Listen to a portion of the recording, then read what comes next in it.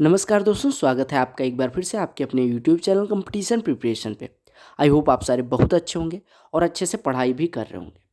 आज star batch की third class है। इससे पहले दो क्लासेस में हमने लाइन्स एंड एंगल्स यानी कि कोण और रेखा यानी रेखा और कोण हमने कवर कर लिया है। अगर आपने वो क्लासेस नहीं देखी तो लिंक डिस्क्रिप्शन में मिल जाएगी, और एक प्लेलिस्ट भी मैंने बना दी है स्टार बैच, क्योंकि आप लोग स्टार हैं। स्टार बैच हमने शुरू किया। स्टार बैच फुल सिलेबस के नाम से प्लेलिस्ट है, आप बाद में भी उसे फॉलो कर सकते हैं, ठीक है। और वीडियो पसंद आएगी तो लाइक कर लेना। रोज़ 8 बजे हम मिलते हैं स्टार बैच में। आपको पता होगा डेली मैं आपको एक होमवर्क देता हूँ, और वो होमवर्क पहले कर लेते हैं लल्ला लोग, फिर उसके बाद में हम आज के टॉपिक यानी पॉलीगॉन पे आएंगे, जिसमें हम बहुभुज को उड़ाएंगे। बहुभुज मैंने सोचा था एक क्लास में हो जाएगा, लेकिन बहुभुज में कुछ कॉन्सेप्ट सिखाने में टाइम लग जाएगा, तो इस वजह से इसको 2 क्लास में हम करने वाले हैं, ठीक है, पॉलीगॉन को। हालांकि कॉन्सेप्ट आज ही कर लेंगे, लेकिन जितने मैं क्वेश्चन प्रैक्टिस करवाना चाह रहा हूँ आपको, वो पूरी इस क्लास में नहीं हो सकते। तो 15 प्रश्न भी करने वाले हैं, 15 से ज़्यादा भी करेंगे। एक क्वेश्चन फिर होमवर्क मिलने वाला है।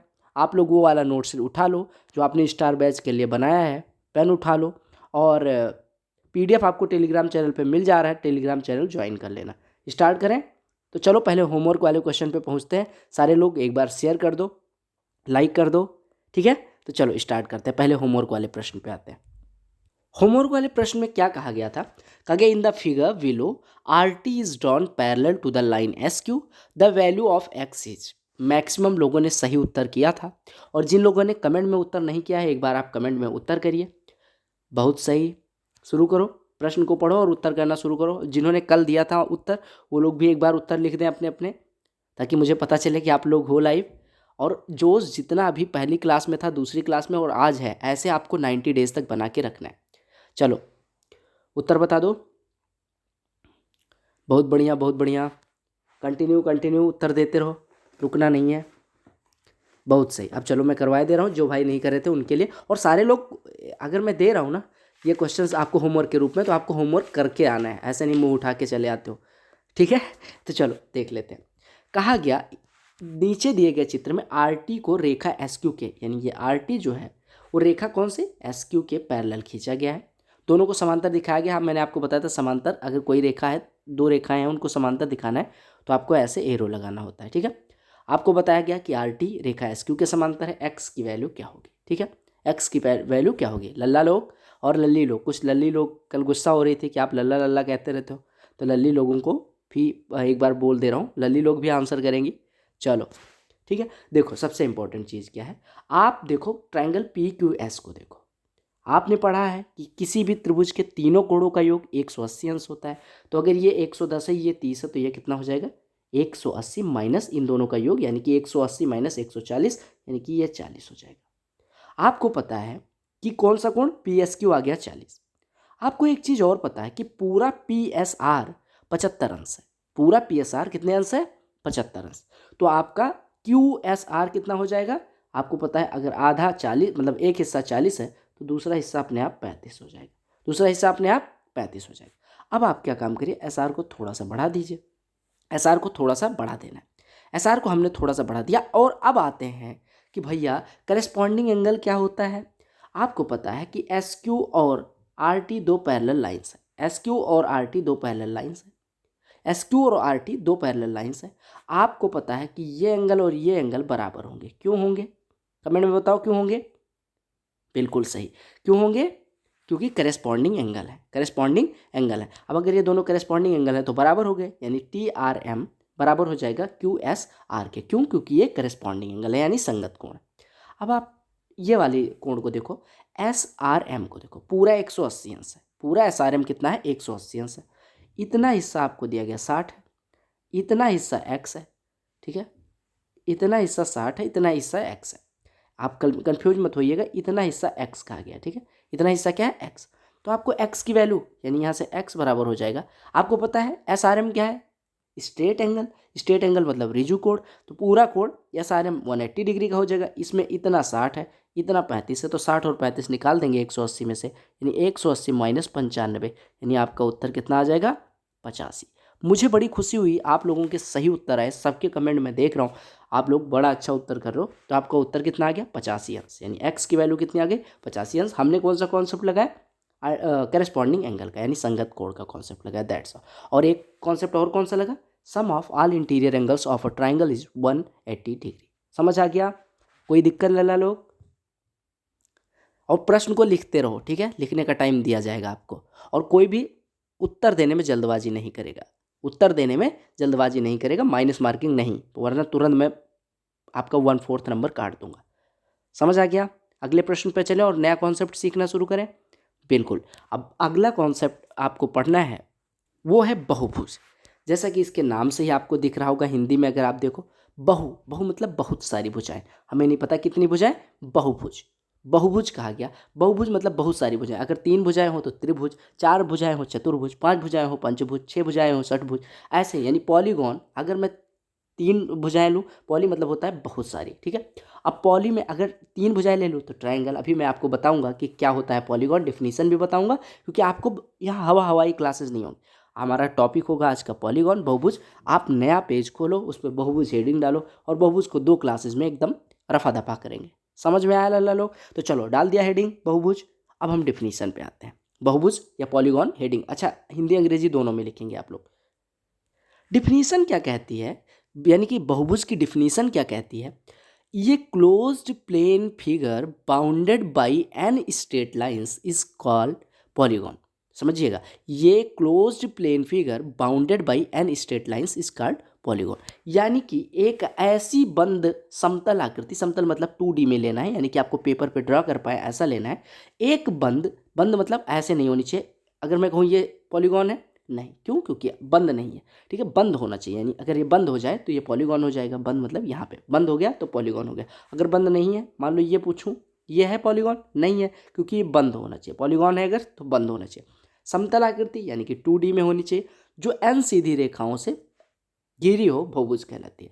और n की वैल्यू क्या होती है, या तो 3 या तो 3 से बड़ी। अब एक चीज़ बताओ, कोई मुझसे पूछे कि भैया n 3 से बड़ा क्यों लिया जाता है? हमने पॉलीगॉन की डिफिनीशन पढ़ी कि एक बंद समतल आकृति जो n सीधी रेखाओं से घिरी होती है बहुभुज कहलाती है। आप लोग लिखिए, इस चीज़ को लिखिए नोट्स में अपने, ये closed plane figure bounded by n straight lines is called polygon. आपको लिखना है एक बंद समतल आकृति जो n सीधी रेखाओं से घिरी होती है बहुभुज कहलाती है। अच्छा, हमने बंद वाला देख लिया। अब एक चीज़ बताओ, ये बहुभुज है? नहीं, क्यों? क्योंकि यहाँ पे सारी सीधी रेखाएं नहीं है, ये वाली रेखा कर्व लाइन है, यानी वक्र रेखा है, तो हम नहीं मान सकते इसको पॉलीगॉन। अच्छा, ये चीज़ छोड़ो, मैंने कहा ये पॉलीगॉन है? बिल्कुल नहीं है, क्यों? क्योंकि इसमें सारी रेखाएं सीधी नहीं है। तो आपको दोनों चीज़ें ध्यान रखनी है, बंद होना चाहिए और सीधी रेखाएं होनी चाहिए। अब आते हैं इस कॉन्सेप्ट पे कि n को 2 नहीं, क्यों नहीं ले सकते? आप एक चीज़ बताओ, n ग्रेटर देन और इक्वल टू 3 लिखा गया, n बराबर अगर मैं 2 ले लूँ, n बराबर 2 यानी 2 साइड्स, 2 साइड्स ले ली। अब 2 साइड से क्या किसी आकृति को हम घेर सकते हैं? 2 आकृति से क्या, 2 साइड से क्या किसी आकृति को घेरा जा सकता है? पॉसिबल है? आप कहेंगे बिल्कुल भी नहीं, क्योंकि मान लो 2 साइड्स हमने ली, एक ऐसे ले ली, एक ऐसे ले ली, या फिर मानो एक ऐसे ले ली, एक ऐसे ले ली। क्या 2 साइड से किसी आकृति को घेरा जा सकता है, बंद किया जा सकता है?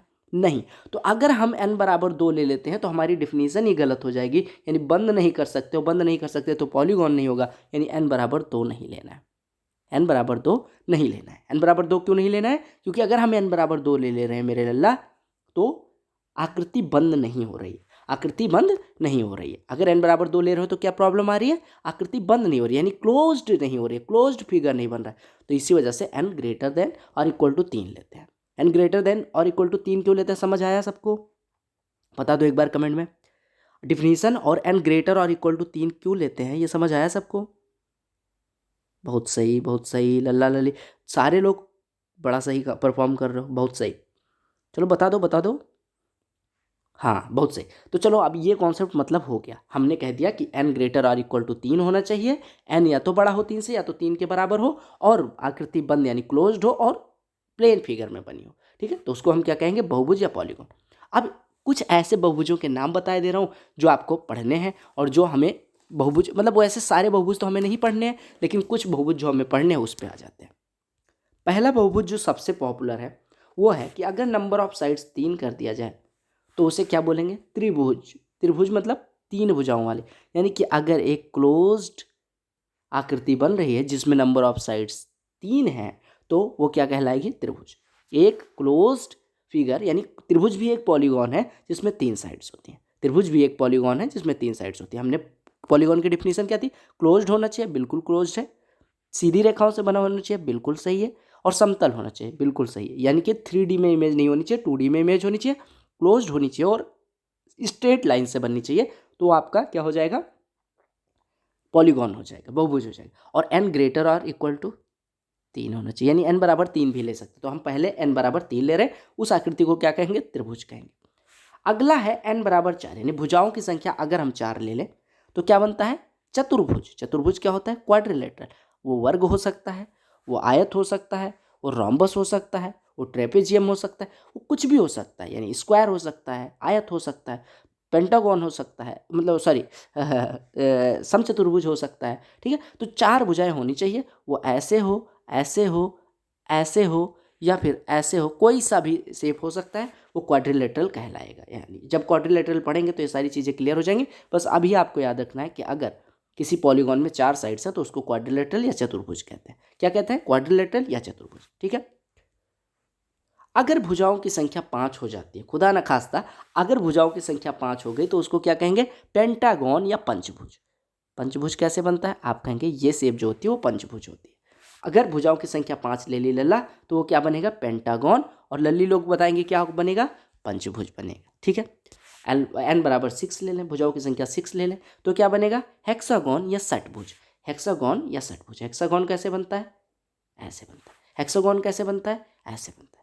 हेप्टागन यानी कि सप्तभुज। सप्तभुज क्या होता है? जिसमें भुजाओं की संख्या 7 हो। एक ऐसा पॉलीगॉन जिसमें भुजाओं की संख्या 7 हो वो सप्तभुज कहलाता है। सब पे प्रश्न अभी करवाऊंगा, सारी चीज़ें क्लियर होंगी। अगला देख लो।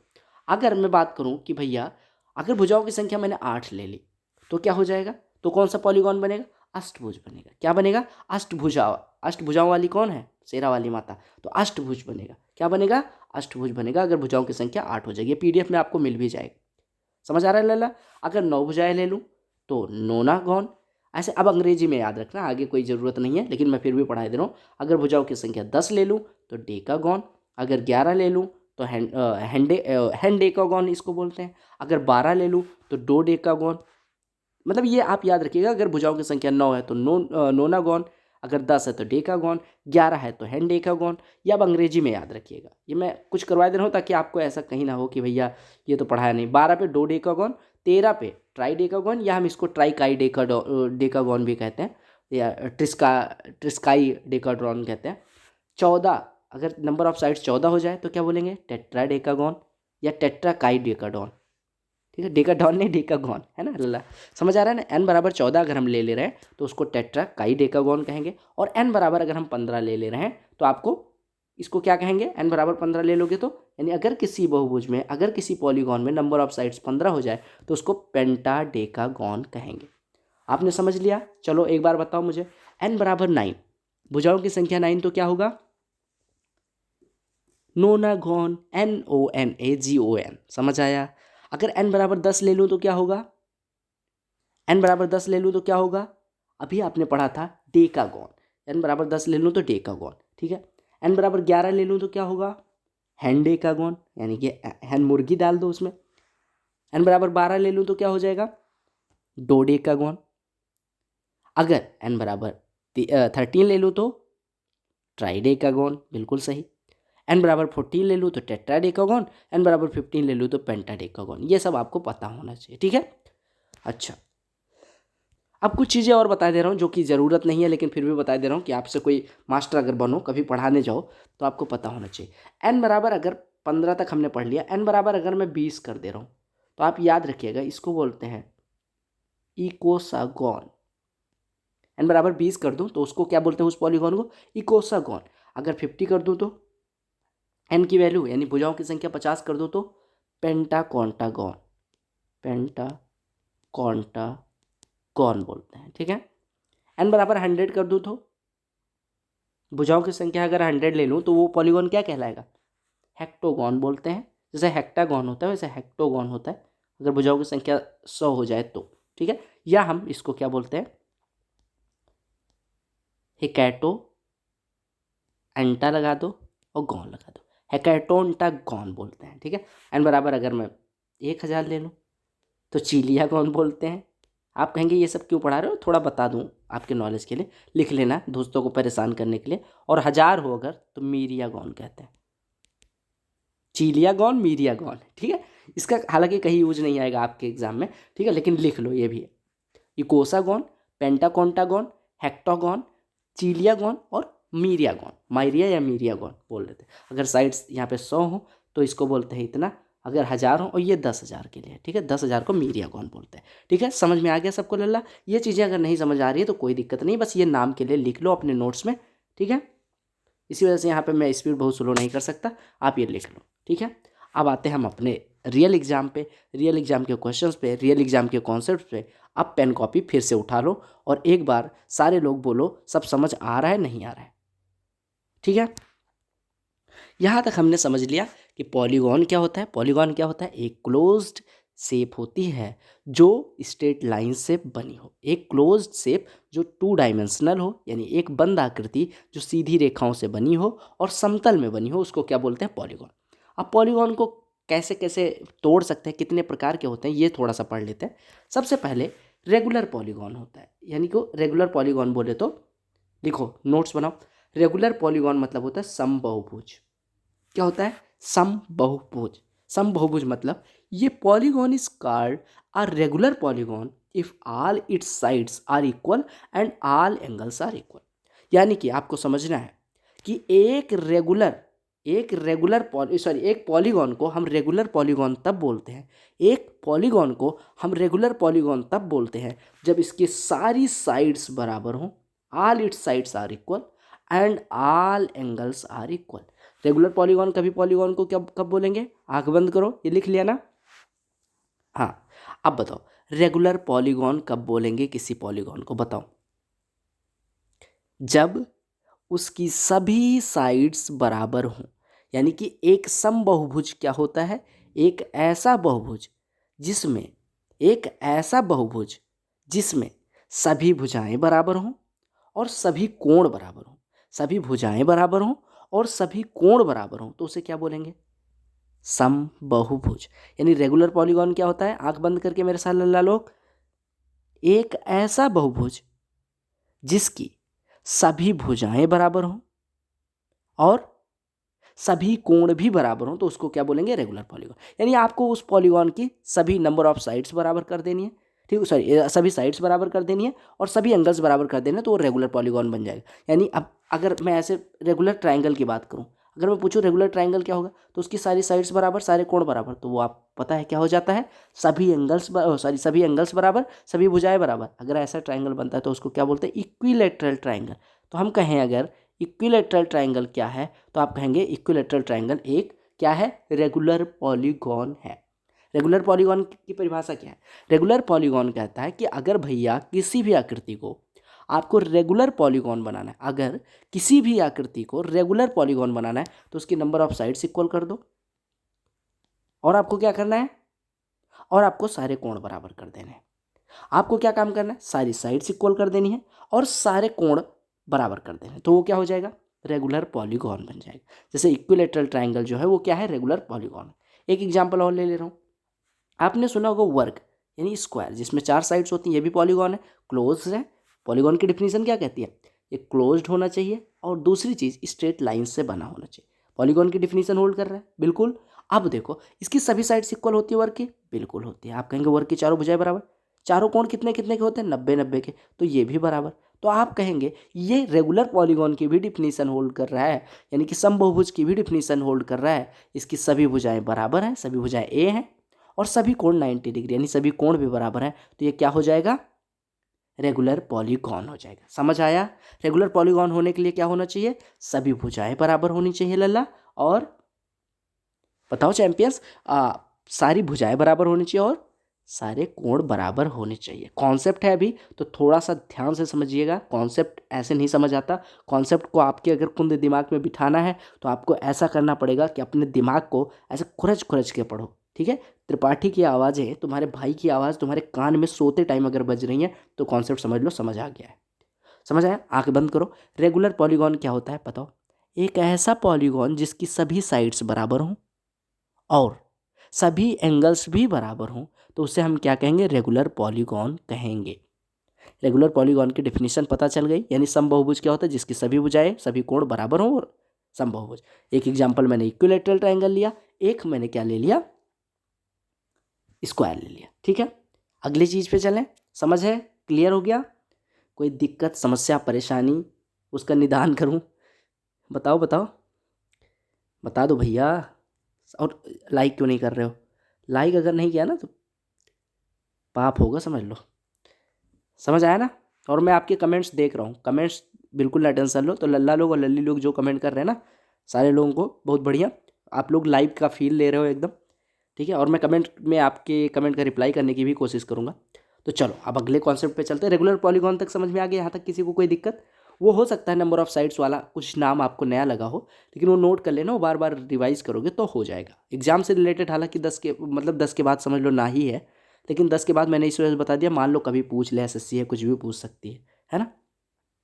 अगला कॉन्सेप्ट है इर्रेगुलर पॉलीगॉन। क्या होता है इर्रेगुलर पॉलीगॉन? ये होता है polygons in which all the sides और angles are not of same major.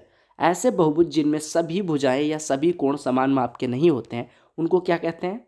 Irregular polygon. Irregular polygon, जैसे आपको ध्यान देना है, जैसे रेगुलर पॉलीगॉन में सभी भुजाएं सभी कोण बराबर होने चाहिए। अब मैं मान लो सबसे छोटा एग्जांपल पॉलीगॉन का n=3 लेके कर रहा हूँ। मान लो एक राइट एंगल ट्रायंगल है, इसका दो कोण 45-45 में कर दे रहा हूँ। ये पॉलीगॉन है? आप कहेंगे बिल्कुल है। पॉलीगॉन की डिफिनीशन क्या है? पॉलीगॉन की डिफिनीशन है कि ये क्लोज्ड होना चाहिए, स्ट्रेट लाइन से बनना चाहिए। तो ये दोनों चीज़ें होल्ड कर रहा है। क्लोज्ड, यहाँ पे ये ना मानना कि नहीं क्लोज्ड है। ठीक है, अच्छा। अब रेगुलर पॉलीगॉन होने के लिए क्या होना चाहिए? सभी कोण बराबर होने चाहिए।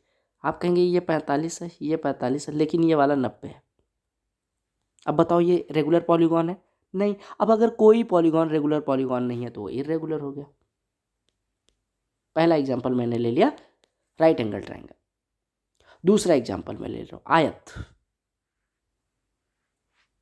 दूसरा एग्जांपल मैं आयत ले रहा हूँ। आयत बोले तो रेक्टेंगल। एक चीज़ बताओ, इसके क्लोज ये पॉलीगॉन है? बिल्कुल। n=4 लिया, ये पॉलीगॉन बन गया। ये क्लोज्ड है, ये स्ट्रेट लाइन से बना है। ठीक है, समझ आ रहा है ना? अब बताओ इसके सभी कोण 90-90 के हैं, तो आपने कहा कोण वाली प्रॉपर्टी होल्ड हो गई, ये आधा रेगुलर पॉलीगॉन हो गया। नहीं, अभी तो आधा हुआ है, अभी दूसरी वाली प्रॉपर्टी होल्ड करेगा तब ये पूरा प्योर रेगुलर पॉलीगॉन बने। सारी साइड्स इक्वल होनी चाहिए। ये बराबर इसके है, बिल्कुल, ये बराबर इसके। लेकिन क्या ये दोनों आपस में बराबर है? ये दोनों आपस में बराबर है, ये दोनों आपस में बराबर है, ये दोनों आपस में बराबर। आप कह रहे हैं दो आमने सामने की भुजाएं तो बराबर है, लेकिन दो भुजाएं असमान है, यानी कि दो भुजाएं असमान है, दो भुजाएं समान है। और ऐसे रेगुलर पॉलीगॉन नहीं मान सकते। यानी रेक्टेंगल रेगुलर पॉलीगॉन ना होकर इर्रेगुलर पॉलीगॉन है। क्या है? Irregular polygon. तो आपको समझ में आ गया। हमने एक एग्जांपल लिया राइट एंगल ट्रायंगल, एक ले लिया इर्रेगुलर पॉलीगॉन के लिए रेक्टेंगल। पहले में दोनों भुजाएं बराबर थी, मतलब दो भुजाएं बराबर थी, तीसरी भुजा नहीं बराबर थी और तीनों कोण अलग अलग थे। लेकिन इसमें मैंने मान लिया कि भैया कि चारों कोण भी बराबर है लेकिन भुजाएं नहीं बराबर है, तो ये नहीं होगा। ठीक है, अच्छा। रोम्बस बता दो। ये मान लो 60 है, ये कितने का हो जाएगा? ये कितने का हो जाएगा? ये कितने का हो जाएगा? आप बताओ, आप बताओ कि क्या रोम्बस रेगुलर पॉलीगॉन है? आप कहेंगे इसकी सारी साइड्स तो इक्वल है, लेकिन सारे कोण बराबर नहीं है, तो ये क्या हो जाएगा? Irregular polygon. तो आपने कहा समचतुर्भुज भी इर्रेगुलर पॉलीगॉन है, लेकिन हर समचतुर्भुज नहीं, क्योंकि वर्ग भी एक समचतुर्भुज है, वर्ग रेगुलर पॉलीगॉन है। ठीक है, तो आपको ये प्रॉपर्टीज देखनी है कि इर्रेगुलर पॉलीगॉन और रेगुलर पॉलीगॉन में क्या डिफरेंस है। रेगुलर पॉलीगॉन कहता है, लिख लो ये, रेगुलर पॉलीगॉन यानी समबहुभुज कहता है कि साइड्स इक्वल हो और एंगल्स भी इक्वल हो, सभी एंगल्स भी इक्वल हो, सारे all sides and angles are equal, तो क्या हो जाएगा? Regular polygon. अगर इसमें कोई प्रॉपर्टी नहीं होल्ड हो रही तो ये रेगुलर यानी अनियमित बहुभुज हो जाएगा। समझ आ गया यहाँ तक? कोई दिक्कत? नियमित अनियमित समझ आ गया? यानी कि समबाहुभुज और अनियमित बहुभुज पता चला? बिल्कुल, यानी कि रेगुलर और इर्रेगुलर पॉलीगॉन आपको समझ आ गया। ठीक है, क्लियर? अब हम 2 तरह के और पढ़ेंगे, उसके बाद हम आएंगे कॉन्सेप्ट पे, जो आप जिसका वेट कर रहे होंगे कि अच्छे अच्छे कॉन्सेप्ट्स कब कराए जाएंगे और उस पर सवाल कब कराया जाएगा। तो पॉलीगॉन में सारे कॉन्सेप्ट आपको पढ़ने बहुत ज़रूरी हैं, ठीक है। तो यहाँ से एग्जाम्पल भी आप सीख रहे हो, और सारे लोग नोट करते चलना, जो ये चीज़ें मैं बोल रहा हूँ आवाज़ में, वो चीज़ें भी नोट करते चलना है, ठीक है। और जिन लोगों को लग रहा है नोट करने का टाइम नहीं मिल रहा, तो लल्ला लोग आप थोड़ा ध्यान देना, और लल्ली लोग भी, स्पेशल लल्ली लोगों को भी कह रहा हूँ कि आप लोगों को ये चीज़ भी ध्यान होनी चाहिए कि आपको एग्ज़ाम में वहाँ रफ करने के लिए दिमाग लगाना होता है, और साथ साथ तेज़ हाथों का चलना भी ज़रूरी है। तो क्लास में तेज़ हाथों का चलना भी ज़रूरी है, आदत डाल लो, ठीक है। समझ आ गया। अब चलो अगले पे आते हैं, एक बार लिख दो। बहुत सही, बहुत सही, बहुत सही मुन्ना, बहुत सही, ठीक है। अगला टॉपिक, अगला अगला कॉन्सेप्ट, अगला नहीं, अगला कॉन्सेप्ट देख लो। कॉन्वेक्स पॉलीगॉन हमने पढ़ लिया, रेगुलर पॉलीगॉन हमने पढ़ लिया, इर्रेगुलर पॉलीगॉन हमने पॉलीगॉन की डिफिनीशन पढ़ ली। अब हम आए हैं तीसरी मतलब पॉलीगॉन के टाइप्स में हमने रेगुलर पढ़ा, इरेगुलर पढ़ा। अब आ रहे हैं convex polygon. Convex polygon basically ऐसा पॉलीगॉन होता है जिसके सभी डायगोनल्स इसके अंदर लाई करें। इसका बस एक ही प्रॉपर्टी है कॉन्वेक्स पॉलीगॉन के लिए कि अगर कोई बहुभुज उत्तल बहुभुज कहलाएगा अगर इसके सभी डायगोनल्स इसके अंदर लाई करें। देखो 2 डायगोनल बन रहे हैं, अभी नंबर ऑफ डायगोनल्स वगैरह पढ़ाऊंगा। यानी विकर्ण क्या होता है, अपोजिट वर्टिसेस को मिलाने वाली रेखा होती है, वो अगर पूरी पूरी इसके बहुभुज के अंदर आ रही है तो ऐसा बहुभुज क्या होता है, कॉन्वेक्स पॉलीगॉन, यानी उत्तल बहुभुज होता है। डिफिनीशन में बता दे रहा हूँ, यानी आपको समझना है कि कॉन्वेक्स पॉलीगॉन क्या होता है, जिसके विकर्ण उसके अंदर ही लाई करें, जिसके विकर्ण उसके अंदर ही लाई करें उसको बोले हैं कॉन्वेक्स पॉलीगॉन। हालांकि इससे क्वेश्चन नहीं आता, लेकिन फिर भी आप समझो, हो सकता है कॉन्वेक्स पॉलीगॉन की डिफिनीशन ही पूछ ले कि कॉन्वेक्स पॉलीगॉन क्या होता है, या मान लो आपसे कह दे कि एक ऐसा पॉलीगॉन है जिसके सभी डायगोनल्स इसके अंदर लाई नहीं करते, यानी जिसके सभी विकर्ण इसके अंदर नहीं होते, उसे क्या कहेंगे। तो अगर होते हैं तब तो कॉन्वेक्स पॉलीगॉन यानी उत्तल बहुभुज बोलते हैं, अगर नहीं होते तो उस पर अभी आएंगे। तो आपको समझ आया कॉन्वेक्स पॉलीगॉन क्या होता है। आपने रेगुलर पढ़ा, आपने इरेगुलर पढ़ा, अब हम आए हैं कॉन्वेक्स पॉलीगॉन पे। कॉन्वेक्स पॉलीगॉन, आंख बंद करो और मैं स्क्रीन पे लेके चल रहा हूँ नियम वाले। क्या कहता है, ये polygon is said to be a convex polygon if each side of the polygon if each side of the polygon the line containing that side has all the other vertices on the same side of it। ये confusing थोड़ा आपको लग रहा है। कहा गया if each side of the polygon the line containing that side has all the other vertices on the same side of it. समझिएगा, कहा गया एक बहुभुज को उत्तल बहुभुज कहा जाता है यदि बहुभुज की प्रत्येक भुजा उस भुजा वाली रेखा के अन्य सभी शीर्ष उसी ओर हो। ठीक है, ध्यान समझिएगा। कहा गया एक, फिर से अंग्रेजी में पढ़िए, ये polygon is said to be a convex polygon if each side of the polygon the line containing that side has all the other vertices on the same side of it. समझिएगा, इसको मैं फिगर में दिखाता हूँ। कहा गया कि एक कौन सा हम पढ़ रहे हैं, एक कॉन्वेक्स पॉलीगॉन क्या होता है, जो किसी भुजा, मान लो एक भुजा ले रहे हैं, इसके जो बाकी 2 शीर्ष हैं वो उसके एक साइड में लाई कर रहे हैं, बाकी 2 शीर्ष इसके एक साइड में लाई कर रहे हैं। तो आपको पता चल गया क्या होंगे ये, क्या होंगे ये कॉन्वेक्स पॉलीगॉन हो जाएगा। यानी एक साइड लेते हैं, बाकी तीनों साइड्स इसके एक साइड में है, और एक चीज़ और आपको दिख रहा है कि इसके बाकी दोनों शीर्ष भी उसके रेखा के एक ही साइड में।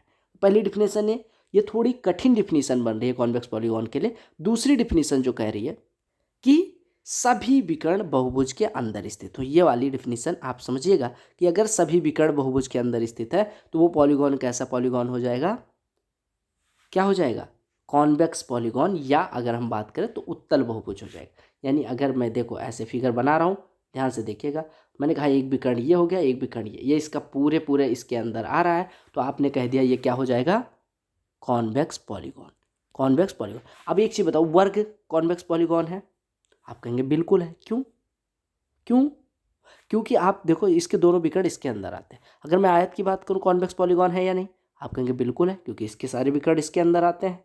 ठीक है, तो कॉन्वेक्स पॉलीगॉन की आप बेसिक डिफिनीशन समझो कि कोई भी बहुभुज कॉन्वेक्स पॉलीगॉन तब होगा जब उसके सभी विकर्ण बहुभुज के अंदर स्थित हो। ये चीज़ पे आपको फोकस करना है। तो आप ये ऊपर वाली डिफिनीशन चाहो तो ना भी लिखो, बस ये लिख लेना, ऑल डायगोनल्स लाई इनसाइड पॉलीगॉन, तो वो क्या हो जाएगा, कॉन्वेक्स पॉलीगॉन।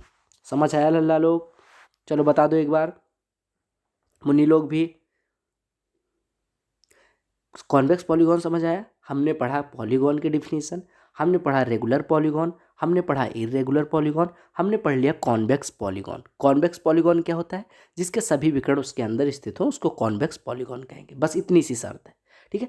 अब दूसरी शर्त प्रॉपर्टी कॉन्वेक्स पॉलीगॉन की क्या कहती है कि इसका कोई भी एंगल, इंटीरियर एंगल जो होगा वो 180 से ज़्यादा नहीं होगा। अगर किसी पॉलीगॉन का कोई भी एंगल 180 को एक्सीड करेगा तो वो कॉन्वेक्स पॉलीगॉन नहीं होगा। वो क्या नहीं होगा? कॉन्वेक्स पॉलीगॉन नहीं होगा। फिर वो क्या होगा उस पर भी आएंगे। ये समझ लो कि अगर कोई भी, ये मान लो ये क्या है, ये क्वाड्रिलेटरल है। क्वाड्रिलेटरल का ये वाला एंगल कितना है? 180 को एक्सीड कर रहा है। अब ये बताओ क्या ये कॉन्वेक्स पॉलीगॉन होगा? एक मिनट में फिगर बना दे रहा हूँ। जैसे ये तो आपने देख लिया कि ये कॉन्वेक्स पॉलीगॉन है, ठीक है, कॉन्वेक्स पॉलीगॉन है। अब देखो अगर मैं कहूँ एक ऐसा क्वाड्रिलेटरल बना दे रहा हूँ, ये क्या है? क्वाड्रिलेटरल पॉलीगॉन होता है, बिल्कुल क्लोज है, स्ट्रेट लाइन से बना है, तो ये पॉलीगॉन तो हो गया। इसका एक एंगल कुछ है, एक एंगल कुछ है, एक एंगल कुछ है, एक एंगल कुछ है, यानी 180 से ज़्यादा। अगर ये ऐसे होता तो 180 होता, अगर ये ऐसे हो गया तो यानी 180 से ज़्यादा हो गया। अब अगर ये 180 से ज़्यादा हो गया तो क्या ये कॉन्वेक्स पॉलीगॉन है? नहीं। कॉन्वेक्स पॉलीगॉन होने के लिए शर्त क्या होनी चाहिए कि डायगोनल्स को, आप लिख लो अब ये चीज़, कि डायगोनल्स इनसाइड होने चाहिए। डायगोनल्स यानी विकर्ण इनसाइड होने चाहिए कॉन्वेक्स पॉलीगॉन में। दूसरी चीज़, no any angle should be greater than 180 degree, यानी एक भी एंगल 180 से ज़्यादा नहीं होगा और डायगोनल्स इनसाइड लाई करेंगे अगर किसी पॉलीगॉन के, तो क्या हो जाएगा? कॉन्वेक्स पॉलीगॉन हो जाएगा। बस इतना समझना है। ये प्रॉपर्टी होल्ड हो रही है, ये प्रॉपर्टी होल्ड हो रही है, तो वो पॉलीगॉन कैसा हो जाएगा? कॉन्वेक्स पॉलीगॉन, यानी उत्तल बहुभुज होना चाहिए, यानी विकर्ण उसके अंदर हो, कोई कोण 180 से बड़ा ना हो, तो वो कैसा पॉलीगॉन हो जाएगा? Convex polygon. समझ आ गया? समझ आ गया। अब देखो एक चीज़ और, दूसरी डिफिनीशन जो कह रही थी कि कोई भी भुजा ले ले तो उसके साइड, बाकी मतलब एक ही साइड में सारी भुजाएं होनी चाहिए। एक भुजा तो इसके एक साइड में हुई, दूसरी भुजा इस साइड जा रही है, तीसरी भुजा इस साइड जा रही है, तो उस प्रॉपर्टी से भी ये कॉन्वेक्स पॉलीगॉन नहीं हुआ। उस प्रॉपर्टी को अब अच्छे से समझ पाए होंगे कि अगर कोई एक भुजा ले रहे हैं, उसके साइड में, एक ही साइड में सारी भुजाएं नहीं है, तो ऐसा भी समझ सकते हैं, तो भी कॉन्वेक्स पॉलीगॉन होगा। तो चाहे वो प्रॉपर्टी लगाओ, या डायगोनल्स इनसाइड होने चाहिए। डायगोनल्स इनसाइड इसमें हो रहे हैं, देखो डायगोनल, मान लो नामकरण कर दे रहा हूँ ABCD। AD को मिलाओ, ये डायगोनल है? नहीं, ये तो भुजा बन गई। इसका डायगोनल ड्रा कर पा रहे हो? AD डायगोनल है, बन पा रहा है? नहीं। अगर मैं बताऊं BC डायगोनल बन रहा है? नहीं, BC क्योंकि अपोजिट वर्टिसेस को मिलाना चाहिए। अब इसका तो डायगोनल ही नहीं बना पा रहे हैं हम, ये हम डायगोनल ही नहीं बना पा रहे हैं। तो जब डायगोनल इसका इसके अंदर ही नहीं लाई कर रहा है, तो ये कॉन्वेक्स पॉलीगॉन कैसे होगा? हो सकता है? नहीं हो सकता।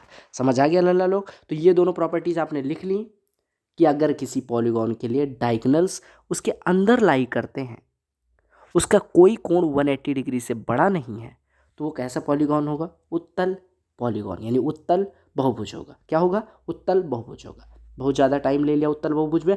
अब आते हैं नेक्स्ट कॉन्सेप्ट पे। ये सबको क्लियर? एक बार हाँ लिख दिया करो, मुझे पता चल जाएगा। आप आज बहुभुज के मास्टर बनोगे, मास्टर, पॉलीगॉन के मास्टर बना के छोड़ूंगा। और अगली क्लास में इतने क्वेश्चन कराऊंगा, इतने क्वेश्चन कराऊंगा, किसी ने सोची ना होगी। समझ आ गया?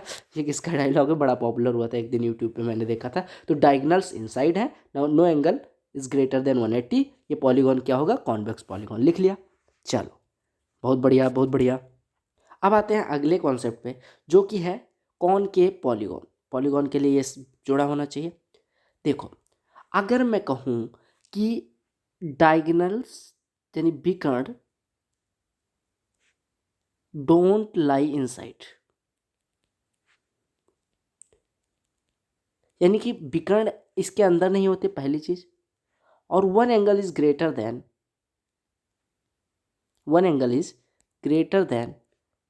180।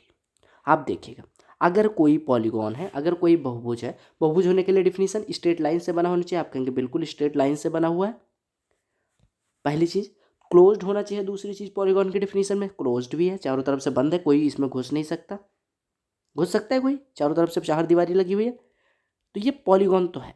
लेकिन अगर इसका डायगोनल ड्रा करें, मान लो नामकरण कर दे रहा हूँ ABCDE, आप बताओ डायगोनल क्या होगा?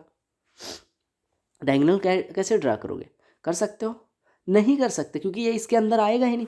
तो डायगोनल्स अगर इसके अंदर नहीं लाई कर रहे हैं और एक एंगल इसका 180 से बड़ा हो गया, तो एक एंगल 180 से बड़ा, 180 से बड़ा, ये वाला एंगल देखो 180 से बड़ा हो रहा है। अगर ये सीधे होता तो 180 होता, लेकिन उससे ज़्यादा है तो ये क्या हो गया 180 से बड़ा। तो अगर कोई एक केस होल्ड कर रहा है, अगर इसका डायगोनल इसके अंदर नहीं लाई करता या फिर इसका एक एंगल 180 से बड़ा है, या इसका डायगोनल इसके अंदर लाई नहीं करता, या इसका एक एंगल 180 से बड़ा हो गया, तो वो कॉनकेव या अवतल बहुभुज हो जाएगा। और अगर दोनों प्रॉपर्टी होल्ड कर रहा है तो बिल्कुल, जैसे अगर अपराधी होने के लिए आपका मर्डर करना जरूरी है मान लो, और अपराधी होने के लिए चोरी करना जरूरी है, तो अगर चोरी किसी ने की तो भी अपराधी, अगर मर्डर किया तो भी अपराधी, अगर दोनों कर दिया तब तो बड़ा अपराधी। यानी कि अगर डायगोनल्स इसके इनसाइड लाई करते हैं, इनसाइड लाई नहीं करते, तो पहली चीज़ वहीं ख़त्म हो गया, ये कॉनकेव हो गया। अगर इसका एंगल कोई एंगल 180 से बड़ा है तो भी कॉनकेव, अगर दोनों है तब तो ये महाकॉनकेव हो गया। क्या हो गया? महाकॉनकेव, यानी अवतल बहुभुज हो गया।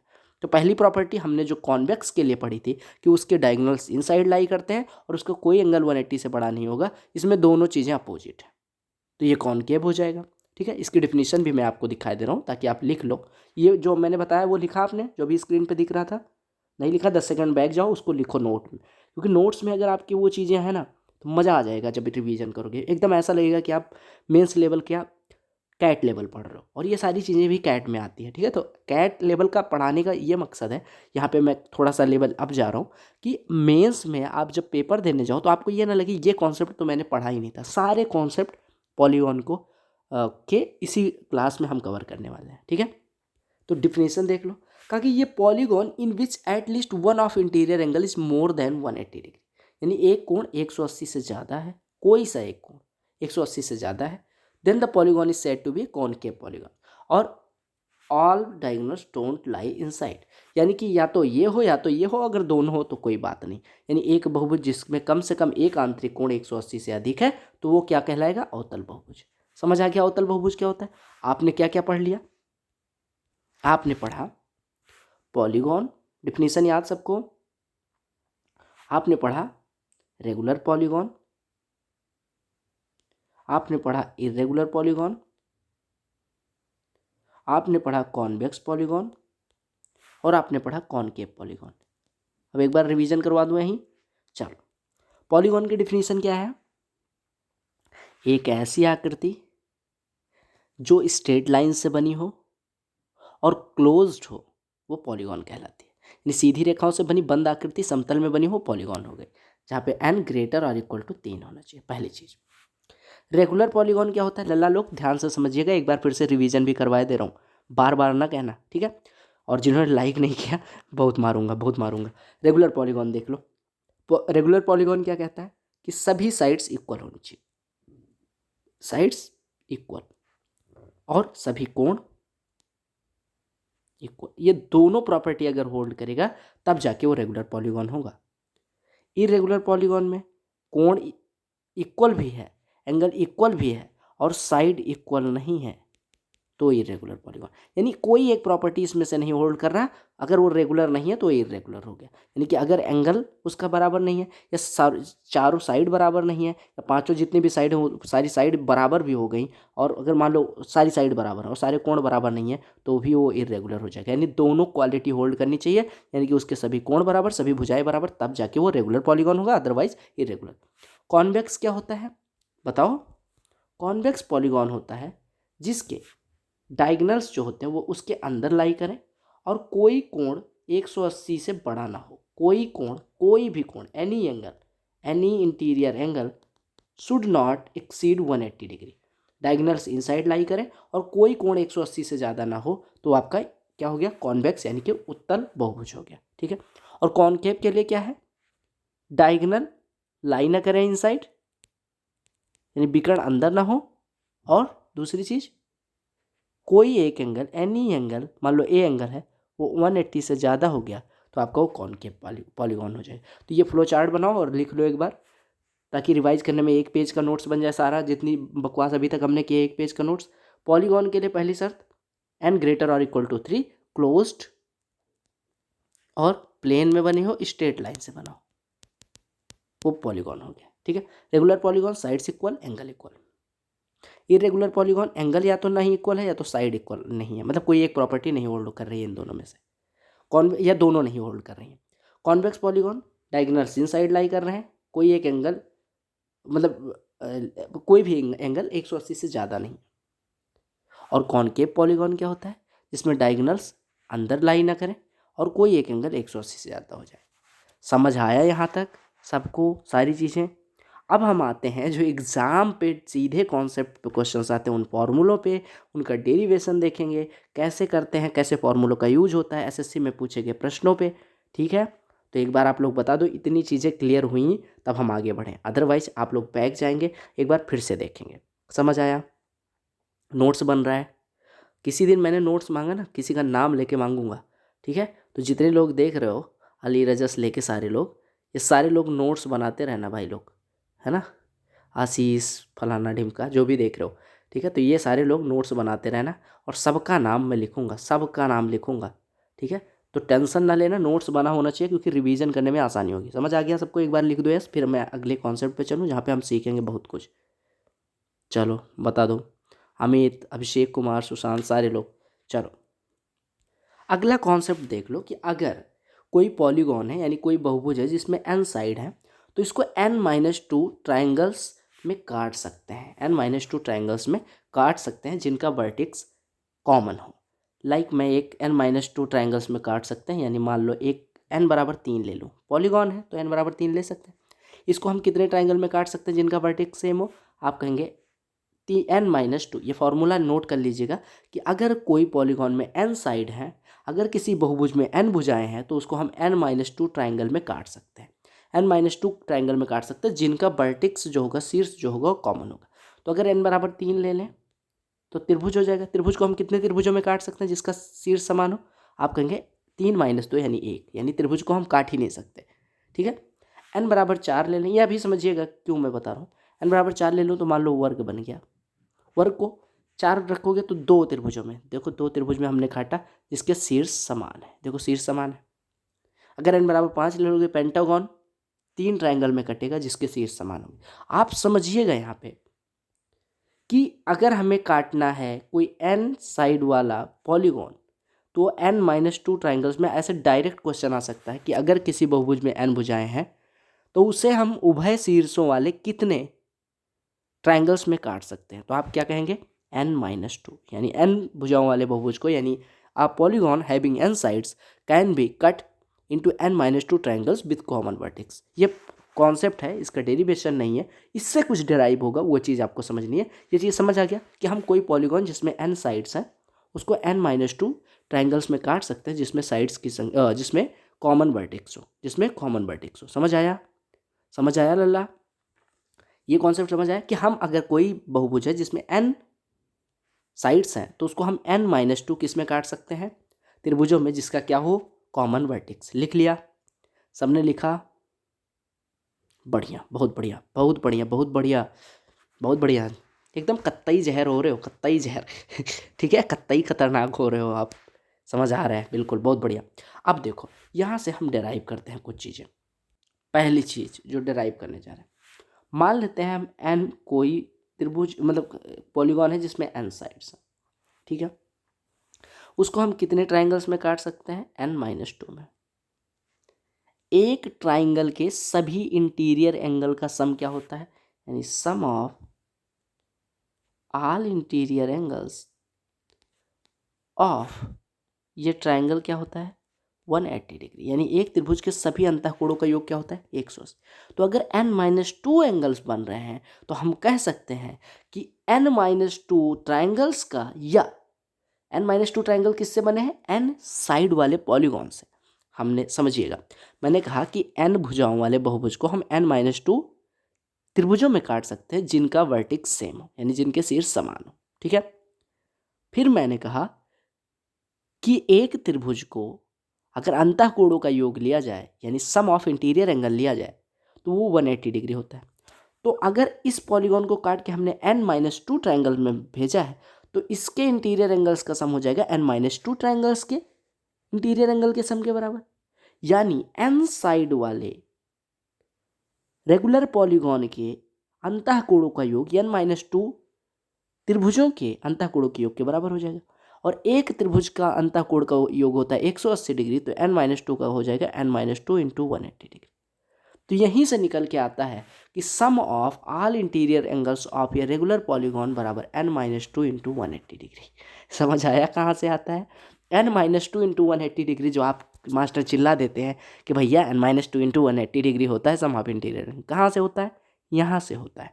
तो आपसे ये भी रिजल्ट जाके देखिएगा कितने लोगों ने पॉलीगॉन में ये रिजल्ट करवाया है, और ये भी रिजल्ट, दोनों रिजल्ट, इस रिजल्ट को हमने पढ़ा, इससे ये डिराइव कर लिया। ये भी आपके एग्जाम में आएगा, इस पे भी प्रश्न आते हैं, और इस पे भी प्रश्न आ सकते हैं सीजीएल मेंस में, सीजीएल प्री में। तो आज नहीं आ रहे, आपका हो सकता है 2021 में एसएससी का ध्यान इस पे चला जाए और इससे प्रश्न हो जाए। तो समझ आ गया लल्ला लोग? एक बार मैं फिर से समझा रहा हूँ, एक बार समरी दे रहा हूँ कि n भुजाओं वाले बहुभुज को हम n-2 साइड मतलब ऐसे ट्रायंगल्स में काट सकते हैं जिनका वर्टेक्स समान हो। हमने कहा एक ट्रायंगल के लिए सम ऑफ इंटीरियर एंगल 180 होता है। हमने n को n-2 ट्रायंगल में काटा है, तो हम कहें अगर n साइड्स वाले पॉलीगॉन के सम ऑफ इंटीरियर एंगल क्या होगा, तो आप कहेंगे n-2 त्रिभुजों के अंतःकोणों के योग के बराबर, क्योंकि उसी को काट के दूसरी चीज़ तो बनाई गई है। तो हमने कहा n-2 इंटू 180 डिग्री। जैसे देखो, मैं कह दूँ कि 5 चीज़ों मतलब 5 टॉफ़ी रखी थी, एक एक एक में काट दी। अब मान लो मैं कहूँ एक टॉफ़ी का मूल्य 2 रुपये है, तो 5 टॉफ़ी का कितना हो जाएगा? 5 गुणे 2। क्यों? क्योंकि 5 टॉफ़ीज़ को हमने 5 पार्ट में काटा है, और 5 पार्ट प्रत्येक 2-2 रुपये का है। तो 5 टॉफ़ी 5 गुणे 2 लिखें, या सब पे 2-2-2 लगा के 2-2-2 और 5 गुणे 2 कर दे। तो चाहे यहाँ से करो, चाहे यहाँ से करो, चाहे इस हाथ से कान पकड़ो, चाहे इस हाथ से। कहने का मतलब समझो, 5 को काट के हमने 5 छोटे छोटे टुकड़ों में कर दिया, और एक टुकड़े का मूल्य 2 रुपये है, तो 5 का मूल्य कितना हो जाएगा? 5 गुणे 2। या मैं 6 टुकड़ों में काट दूँ और एक टुकड़े का मूल्य रखूँ 1.5 रुपये, तो इसका मूल्य कितना हो जाएगा? 6 गुणे 1.5। इसी को तो हमने काटा है। मान लो ये 5 किलो की टॉफ़ी थी, उसको हमने 6 टुकड़ों में काट दिया, ताकि मैं आपको ये लगे कि यहाँ समान है। अगर 5 किलो की टॉफ़ी थी, उसको 6 टुकड़ों में काट दिया, और एक एक टॉफ़ी को मैंने 2-2 रुपये में बेचा, तो आपकी टॉफ़ी का कुल मूल्य कितना हो जाएगा बड़ी वाली टॉफ़ी का? 2 गुणे 6 टुकड़े, यानी कि 6 गुणे 2। वही चीज़ मैंने बताया कि n भुजाओं वाले पॉलीगॉन को n-2 साइड्स में काटा, और n-2 ट्राइंगल्स में काटा, और एक ट्राइंगल का इंटीरियर एंगल का सम 180 डिग्री, तो n-2 का n-2 इंटू 180 डिग्री। तो इसी वजह से कहते हैं sum of all interior angles of a regular polygon having n sides is n-2 into 180 degree. समझ आया? भेजे में घुसा कुछ? बहुत बढ़िया, बहुत बढ़िया, बहुत बढ़िया, बहुत बढ़िया, बहुत बढ़िया।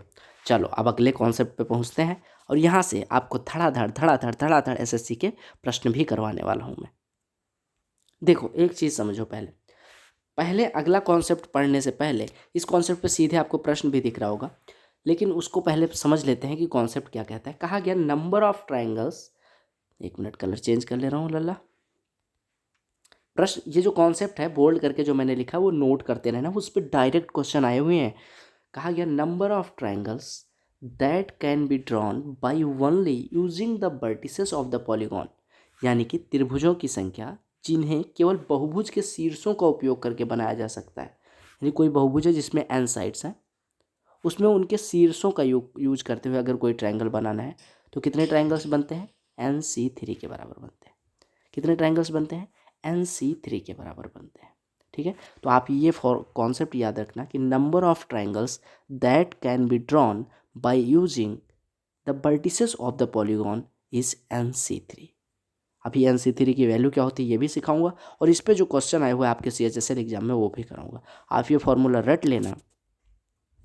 तो आपको यहाँ से क्या समझ आया कि त्रिभुजों की संख्या जिन्हें किसी बहुभुज के शीर्षों का उपयोग करके खींचा जा सकता है। यानी कोई बहुभुज है, मान लो कोई बहुभुज है एक ट्राइंगल में, मान लो, ठीक है, इसके सभी शीर्षों को लेके कोई कितने ट्राइंगल खींचे जा सकते हैं? यानी n बराबर यहाँ पे 3 है, n बराबर 3, तो आप कहेंगे कितने ट्राइंगल्स ऐसे खींचे जा सकते हैं? 3C3, यानी 3C3 ट्राइंगल्स खींचे जा सकते हैं। 3C3 ट्राइंगल्स खींचे जा सकते हैं। अब आप कहेंगे 3C3 की वैल्यू तो मुझे नहीं पता, 3C3 की वैल्यू नहीं पता।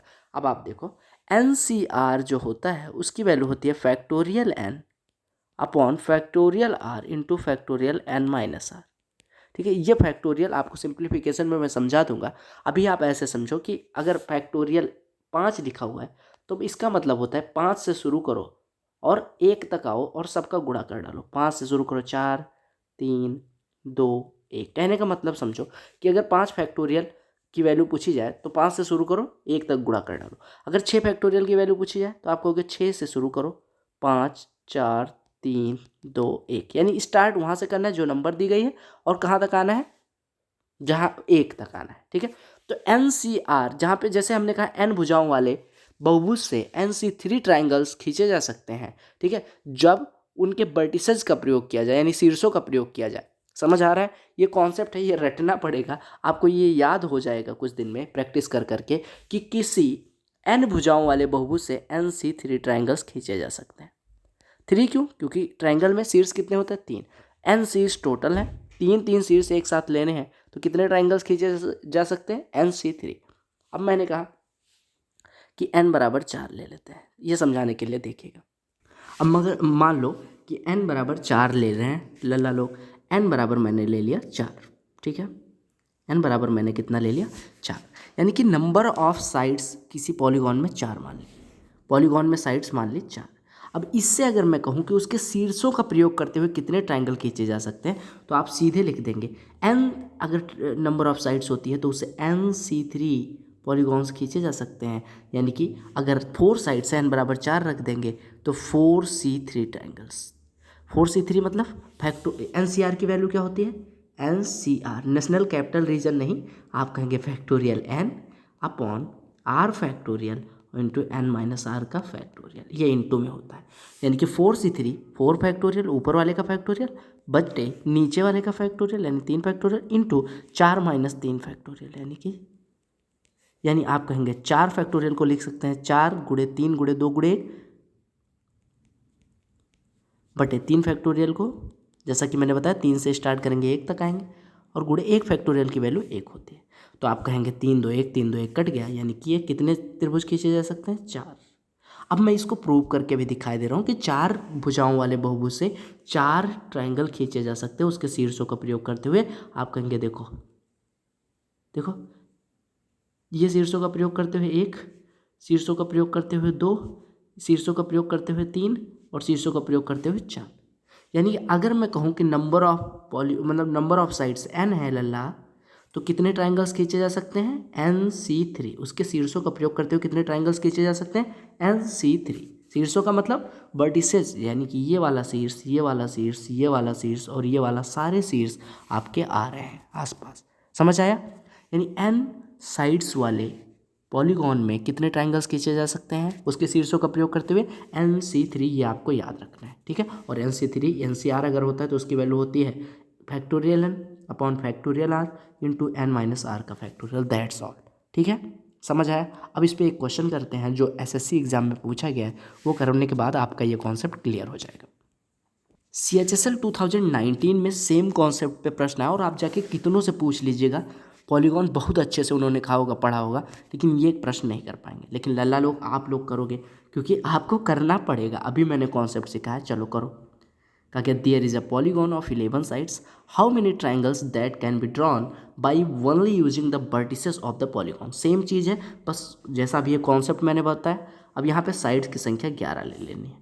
ऑप्शन दिए गए हैं 165, 150, 175 और 180। ये CHSL 2019 का प्रश्न है। ये प्रश्न दागो और 2 नंबर पाओ। चलो दागो, धाए से दागो दागो, बिल्कुल समझ आ रहा है ना लल्ला?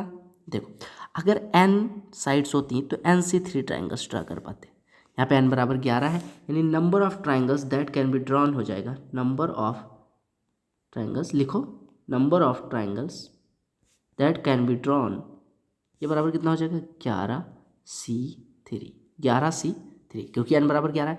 11C3 अगर NCR होता है तो उसकी वैल्यू होती है n factorial upon r factorial into n-r factorial. इतना पता है, अभी मैंने बताया। आप कहेंगे कैसे पता है? क्योंकि अभी मैंने बताया। अब 11C3 की वैल्यू क्या हो जाएगी? 11 फैक्टोरियल बटे नीचे वाले 3 का फैक्टोरियल इंटू 11 - 3 यानी 8 का factorial.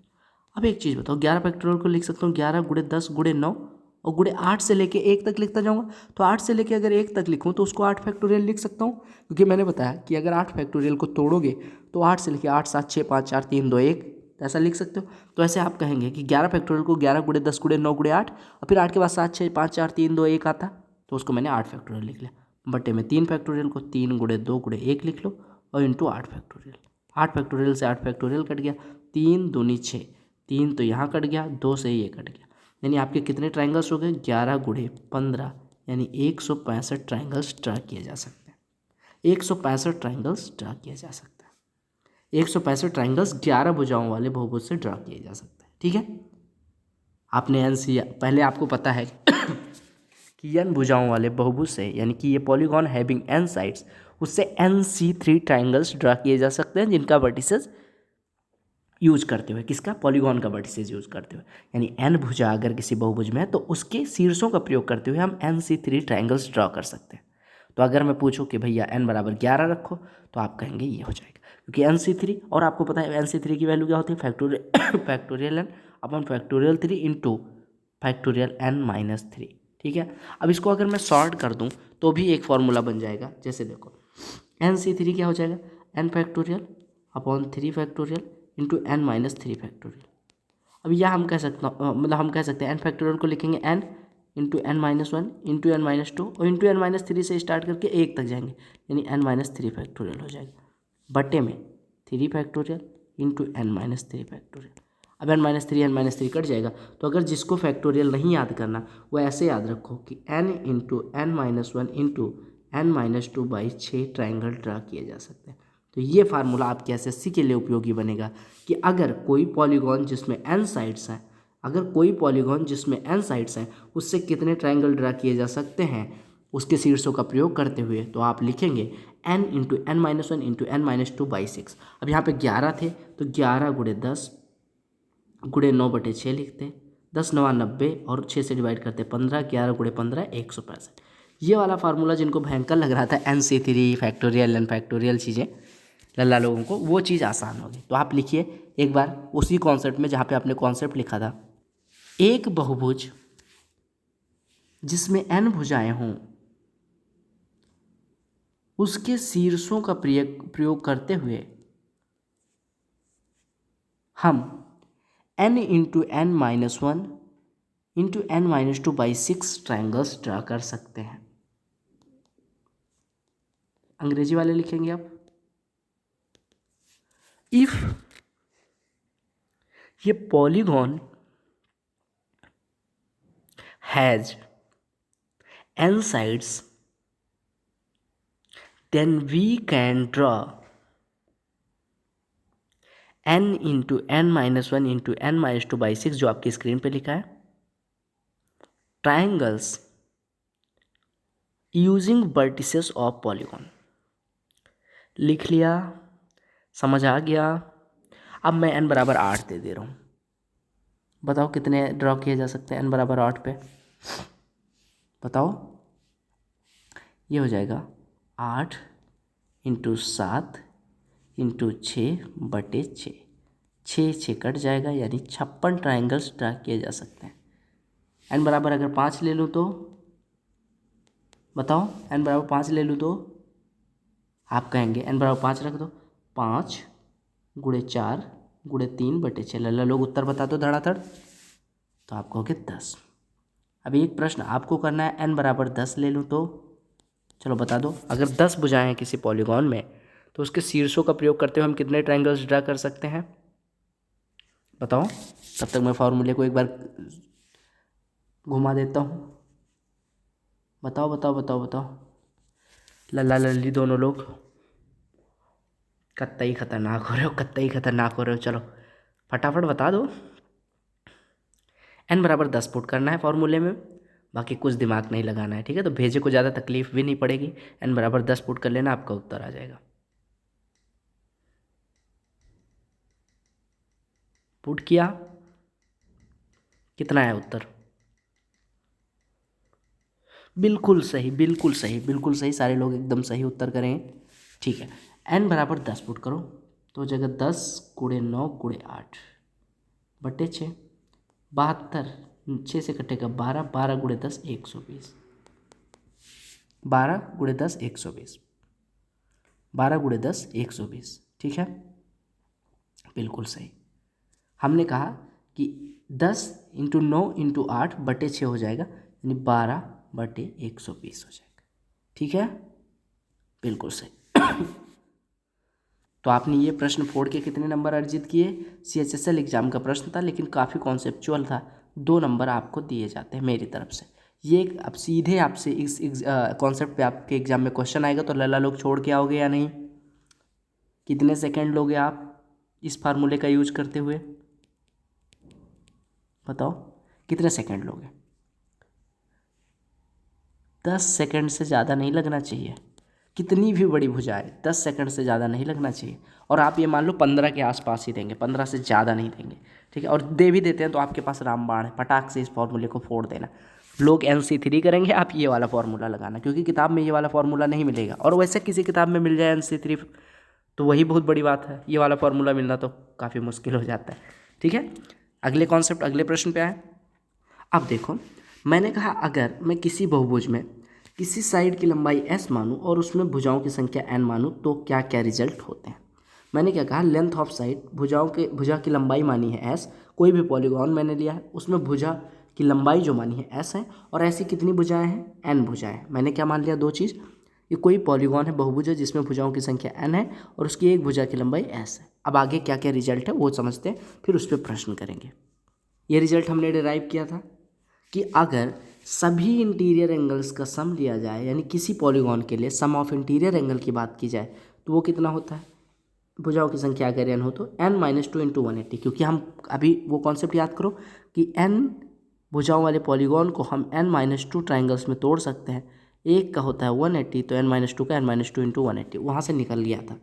Some of all interior angles of a polygon having n sides कितना हो गया? n - 2 × 180। ये सारी चीज़ें आप लिखते रहिए, लिखो, लिख लिया? लिखो सभी आंतरिक कोणों का योग, अगर किसी बहुभुज में भुजाओं की संख्या n हो तो सभी आंतरिक कोणों का योग कितना होगा? बिल्कुल n - 2 × 180। अब एक चीज़ बताओ, n कोण है, अगर n भुजाएं, आपको पता है किसी बहुभुज में जितनी भुजाएं होती हैं उतने कोण होते हैं, जितनी भुजाएं उतने कोण। अगर n भुजाएं हैं तो n कोण हो गए। n कोणों का योग अगर n - 2 × 180 है तो एक अंतः कोण कितने का हो जाएगा? अगर n कोणों का योग n - 2 × 180 है तो एक अंतः कोण हो जाएगा टोटल योग, यानी n - 2 × 180 बटे कितने कोण है? n। तो प्रत्येक कितने का हो जाएगा? n - 2 × 180/n। ये सब रेगुलर पॉलीगॉन के लिए बात हो रही है। रेगुलर पॉलीगॉन के लिए इंटीरियर एंगल्स की जो वैल्यू होती है, ये सब रेगुलर पॉलीगॉन की बात हो रही है, क्योंकि आपको पता है रेगुलर पॉलीगॉन में ही सभी कोण बराबर होते हैं। सभी कोण किस में बराबर होते हैं? रेगुलर पॉलीगॉन में। तो आप लिख लीजिएगा कि ये सब रेगुलर पॉलीगॉन के लिए बात हो रही है, यानी कि समबहुभुज के लिए बात हो रही है। अगर अंतः कोणों का योग पूछा जाए तो n - 2 × 180, और अगर एक अंतः कोण पूछा जाए तो n - 2 × 180/n होगा। समझ आया लल्ला लोग? समझ आया? इस कॉन्सेप्ट को भी अभी हम बजाएंगे, लेकिन ये कॉन्सेप्ट आपके दिमाग में घुस जाना चाहिए। एक बार आंख बंद करो। अगर मैं पूछ रहा हूँ कि n भुजाओं वाले बहुभुज के सभी अंतःकोणों का योग क्या होगा, यानी sum of all interior angles of a polygon having n sides, क्या होगा? n - 2 × 180। बिल्कुल सही। अगर मैं कोण बताऊं कि n साइड्स हैं तो प्रत्येक कोण कितने का होगा? आप कहेंगे टोटल में नंबर ऑफ साइड्स से डिवाइड कर दो। टोटल कितना था? बहुत सही लाल, बहुत सही, n - 2 × 180। अब उसको डिवाइड किससे करेंगे? नंबर ऑफ साइड्स यानी n से। तो एक कितने का बन जाएगा? n - 2 × 180/n। समझ आ गया? चलो बहुत बढ़िया। अब इंटीरियर पढ़ लिया तो एक्सटीरियर काहे छोड़ेंगे? ये याद रखो कि कोई भी रेगुलर पॉलीगॉन है उसके सभी एक्सटीरियर एंगल्स का जो सम होता है, यानी बाह्य कोणों का योग, वो 360 अंश होता है। 360 डिग्री, यहाँ पे डिग्री लिख लीजिएगा, 360 अंश होता है। यानी सभी बाह्य कोणों का योग किसी भी समबहुभुज के लिए सभी बाह्य कोणों का योग होता है 360। और आपको पता है n अगर किसी नंबर ऑफ साइड्स है किसी पॉलीगॉन में, यानी किसी बहुभुज में नंबर ऑफ साइड्स n है, तो उसमें आंतरिक कोण भी n होंगे और एक्सटर्नल एंगल यानी एक्सटीरियर एंगल भी n होंगे। तो अगर n कोणों का मिला के 360 अंश बन रहा है तो एक के हिस्से में 360/n आएगा, यानी एक्सटीरियर एंगल एक कितने का हो जाएगा? 360/n का। समझ आया? हमने कहा इंटीरियर एंगल अभी हमने निकाला था, सारे इंटीरियर एंगल्स का सम n - 2 × 180। एक इंटीरियर एंगल कितने का हो जाता है? n से डिवाइड कर देते हैं। ये इंटीरियर एंगल्स का सम होता है, यानी sum of all interior angles. ये होता है इंटीरियर एंगल की वैल्यू। ये पूरा अगर व्यंजक बात करें तो इंटीरियर एंगल की वैल्यू होती है। सिमिलरली आपको याद रखना है, आंख बंद करो, सारे लोग आंख बंद करेंगे। हाँ, अब बताओ sum of all interior angles of a regular polygon क्या होता है। पता चल गया। Sum of all exterior angle कितना होता है, बाह्य कोणों का योग, कमेंट में बताओ। 360 अंश होता है। अब दिख रहा है तो आप कहोगे बेईमानी तो कर ही लोगे, है ना। नहीं, अब अगला कॉन्सेप्ट पढ़ते हैं। अगले कॉन्सेप्ट में कहा गया sum of interior and exterior angle क्या होता है। आप एक चीज़ बताओ, सभी अगर इंटीरियर और एक्सटीरियर एंगल की बात करें तो पहले सभी इंटीरियर एंगल का सम लिखेंगे, वो क्या होता है n-2 इंटू 180, और सभी एक्सटीरियर एंगल का सम कितना होता है 360। तो अगर सभी का सम पूछा जाए, इंटीरियर एंगल, सभी इंटीरियर एंगल के सम का, सभी एक्सटीरियर एंगल के सम का, तो आप कहेंगे n-2 इंटू 180 प्लस 360, यानी हो जाएगा 180 इंटू n। तो ये याद रखना कि सभी अंतः और बाह्य कोणों का योग 180 इंटू n होता है। यानी अगर मैं बात करूं कि 5 भुजाओं वाले बहुभुज के सभी अंतः और बाह्य कोणों का योग बताओ, तो आपको सीधे 180 से n में गुणा कर देना है, यानी 180 इंटू 5 यानी 900 हो जाएगा। अगर n बराबर 4 की बात करूं मैं, तो 4 का कितना हो जाएगा, 4 का कितना हो जाएगा, आप कहेंगे 180 इंटू 4 यानी 720। अब मैं 4 वाला दिखाए भी दे रहा हूँ ताकि आपको समझने में आसानी रहे। देखो एक वर्ग लिया, ठीक है, इसका ये कोण 90, ये कोण भी 90, बाह्य कोण भी 90, ऐसे ये वाला कोण भी 90, ये वाला कोण भी 90, ऐसे ये वाला कोण भी 90, ये वाला कोण भी, ऐसे ये वाला कोण भी 90। देखो 90 90 180 180 180 180 मिलके कितना हुआ 720। तो n बराबर अगर 4 रख लो तो 720। तो आपको यहाँ से पता चल गया sum of all interior and exterior angles of a regular polygon having N side is equal to हो जाएगा 180 इंटू n। समझ आ गया लल्ला। आँख बंद करो, बताओ मुझे sum of all interior angles of a regular polygon and sum of all exterior angles of a regular polygon having n sides is equal to, यानी सभी आंतरिक और बाह्य कोणों का योग किसी ऐसे बहुभुज के लिए जिसके भुजाओं की संख्या n हो, कितना हो जाएगा 180 इंटू n। बिल्कुल सही जवाब है, यानी आपका 180 इंटू n हो जाएगा। यहाँ तक कोई दिक्कत, नोट कर लिया सबने, नोट कर लो, फिर मैं अगले कॉन्सेप्ट पे बढ़ता हूँ और प्रश्न करेंगे। तो कॉन्सेप्ट इस वीडियो में ज़्यादा मिलेंगे आपको, ये कॉन्सेप्चुअल वीडियो होने वाली है, मज़ा आएगा आपको, ठीक है। मज़ा आ रहा है ना, सारे कॉन्सेप्ट सीख सीख के मज़ा आ रहा है, कॉपी भर रही है ना, ठीक है। ये कॉन्सेप्ट रिवाइज भी करते रहना, नहीं तो सारे भूल जाओगे, ठीक है। कोई भी अगर रिवाइज नहीं करेगा सारे भूल जाओ। और इससे प्रश्न भी आपके मेंस में, अभी मेंस के प्रश्न करवाऊंगा, आप उड़ा दोगे चुटकियों में, तो टेंशन लेने की कोई ज़रूरत नहीं है, ठीक है। और आज क्लास थोड़ी लंबी हो रही है, कोई दिक्कत नहीं है, पढ़ो। अगला कॉन्सेप्ट लिख लो कि एक कोई पॉलीगॉन है, यानी एक कोई रेगुलर पॉलीगॉन है, ऐसा मानिएगा, ठीक है। एक कोई रेगुलर पॉलीगॉन है, या पॉलीगॉन मान लो, कोई दिक्कत नहीं है, पॉलीगॉन मान लो। एक ऐसा पॉलीगॉन जिसमें n साइड्स हो, यानी एक ऐसा बहुभुज जिसमें n क्या हो, n क्या हो, भुजाओं की संख्या हो, n क्या हो, भुजाओं की संख्या हो। तो आपको पता है कि उसमें डायगोनल्स कुल कितने ड्रॉ किए जा सकते हैं, यानी विकर्ण कितने ड्रॉ किए जा सकते हैं। ये भी फॉर्मूला बड़ा इंपॉर्टेंट है कि n भुजाओं वाले बहुभुज में ड्रॉ किए जा सकने वाले, n भुजाओं वाले बहुभुज में ड्रॉ किए जा सकने वाले डायगोनल्स की संख्या होती है n into n-3/2, n into n-3/2। इस पर भी डायरेक्ट प्रश्न अभी आपको दिखाऊंगा, दिख ही रहा है, सीजीएल एग्जाम में पूछा गया कि n भुजाओं वाले बहुभुज में विकर्णों की संख्या कितनी होती है, n इंटू n-3/2। ये सारे फार्मूले अभी जब क्वेश्चन करवाता रहूँगा आपको याद हो जाएंगे, टेंशन लेने की ज़रूरत नहीं है। और ये जब अगली क्लास हमारी पॉलीगॉन की होगी तो आपको सारे फार्मूले याद करके आने लल्ला लोग, ठीक है। और लल्ला और लल्लियों के लिए स्पेशल लिख दो, ठीक है। तो आप लोग भी, आपको नल्ला से मैंने लल्ला बनाया है ना, क्यों, क्योंकि आप पढ़ रहे हो, आप जब नहीं पढ़ रहे थे तो नल्ला बोलता था, ठीक है। तो आप पढ़ रहे हो, बहुत अच्छी बात है। तो आपको समझ आ गया कि किसी n भुजाओं वाले बहुभुज में विकर्णों की संख्या कितनी ड्रॉ की जा सकती है, n इंटू n-3/2। इतना याद हो गया। अब अगला प्रश्न इसी पे है, बताओ। कहा गया how many diagonals are there in octagon. बता दो फटाफट, उत्तर बताओ इसका।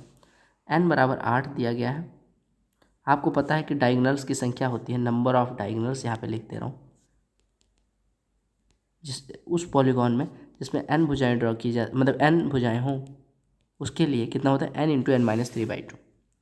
नंबर ऑफ डायगोनल्स उस पॉलीगॉन में, रेगुलर मतलब उस पॉलीगॉन में जिसमें n भुजाएं हों, यानी उस बहुभुज में जिसमें n भुजाएं हों, ठीक है, उसमें कितने विकर्ण होंगे, n into n minus 3/2, n बराबर 8 है। पुट करो, उत्तर बताओ, n बराबर 8 पुट करो और उत्तर बता दो दाएं दाएं। बिल्कुल सही जवाब, बिल्कुल ही सही जवाब। n बराबर 8 पुट करोगे तो 8 गुणे 8 माइनस 3 5/2, 8 पंचे 40 का आधा 20, आपका उत्तर 20 हो गया। समझ आ गया? तो आपको बस याद रखना है n इंटू एन माइनस 3/2। आपको एक होमवर्क दे दे रहा हूँ, इस पर भी n बराबर 11 ले लो, नंबर ऑफ डायगोनल्स निकालो। होमवर्क क्या भी उड़ाओ, इसको उड़ाओ, n बराबर 11 ले लो और उड़ाओ। आप सीधे कह दोगे 44 हो जाएगा। 44 या 66, चलो ये बताओ, बताओ 44 या 66। बिल्कुल, n बराबर 11 हुआ तो 11 इंटू 8/2, बिल्कुल सही आप लोग उत्तर कर रहे हो। 11/88 का आधा 44 हो जाएगा, 66 नहीं होगा। ठीक है, n बराबर 12 भी बता दो।